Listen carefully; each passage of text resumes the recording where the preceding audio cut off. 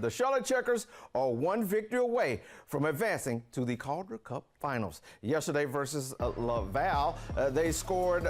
They defeated the Rockets 5-1 to take a 3-0 lead in the series. Charlotte has been dominant in this series and in the playoffs in general. In game 1 versus the Rockets, they won 5-1 as well. In game 2, they won 5-2. That's 15 goals in 3 games. In round 1 of the playoffs, they started 2-0 in the best-of-5 series before claiming the series in an exciting Game 5 in the divisional round. They started 2-0 versus the back-to-back defending Calder Cup champs Hershey before sweeping the Bears. Consistency and dominance has been key for this team, and they needed one more time to get to the championship series. Our guys have done it all year. You can talk about it, but when you've done it all year, you know that as a group. Couldn't be more proud of how consistent the group has been. So they've done it all year. It's a matter of going out and doing it. But again, super really good team, the best team in the league. We have to work on it. I think we work on that all year, consistency, right, and not straying away from your game. So, yeah, just like GK says, just wear teams down, and that's what we continue to do. Look, they've just been the team to beat, and they've really shown out this playoff series. They've been really, really explosive. 4 goals in the second period yesterday. They just kind of blew this thing open. They had 2 goals in the first 2 minutes of the second period. And that, a part of that, and we talked about it with Kendall, that depth of this team, man, they've got a whole bunch of guys that can score, and they're showing up and they're scoring. That's what it is. Like, it's not just the first line, it's the first, second, third, fourth line. Yes. They're firing on all cylinders. Riley Bezo had a phenomenal game 3, but he's had a phenomenal series as well. Back-to-back games with goals. And then the name we continue to talk about, episode in and episode out here on The Point After, is that of John Leonard. John Leonard is having one heck of a year. I mean, he's already has in 7 consecutive wins. He's got in 3 playoff series. He's got a goal in all of those. He's got a point in all of those. He's ready to set the franchise record when it comes to points. Now, we could talk all day about the offense and the scoring, but I brought it up when we chatted with Kendall as well. I have to talk about Kaapo Kähkönen, the netminder for this team, and the penalty kill and the defensive play of this team.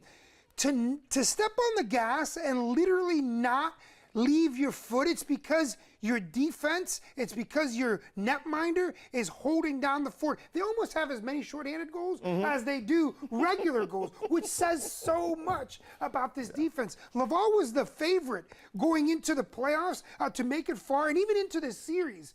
And Charlotte has embarrassed them, outscoring them 15-4 in 3 games. It's unbelievable what this team is doing. And, I think another thing is you look at the parent club, the Florida Panthers. It's a great point. They're healthy. They're deep. They're not having to call a lot of these guys up from the Charlotte Checkers to come help them out because they're healthy and they're just good. They're just rolling. And it's trickling down to the Charlotte Checkers now.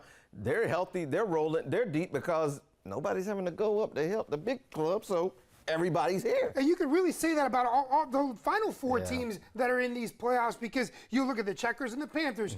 You look at Laval and Montreal. They were in the postseason. You look at Hershey and the Capitals. They were in the postseason. Texas and the Stars. They were in the postseason. Here's the thing. It's when farm clubs like this that feed into the big NHL teams are so deep that you really start kind of cultivating a winning culture throughout, not just in the NHL, the AHL, the ECHL. That's how it all works out.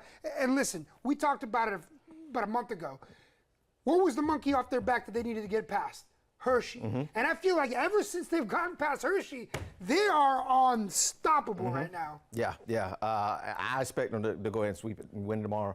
And Game 4 is tomorrow at the Biscuit, Bojangles Coliseum. I expect them to go ahead and win that and just wait on the Texas Alberford series winner in the West. I just feel like this team is on a roll, and then once again we'll reset. Sure. But right now it just looks like they're going to steamroll everybody.